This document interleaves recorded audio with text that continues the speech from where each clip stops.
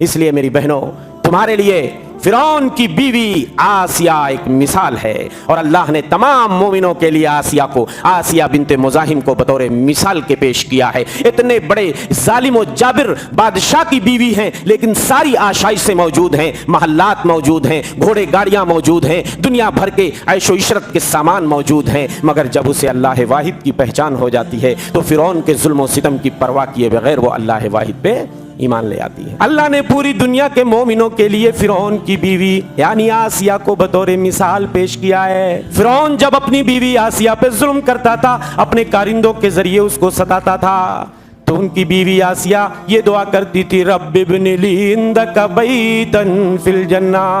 ओ मेरे परवरदिगार अपने पास मेरे लिए जन्नत में घर बना देना, और मेरे परवरदिगार मुझे फिरौन और उसके अमल से नजात दे देना, इसलिए कि ये जालिम कौम है।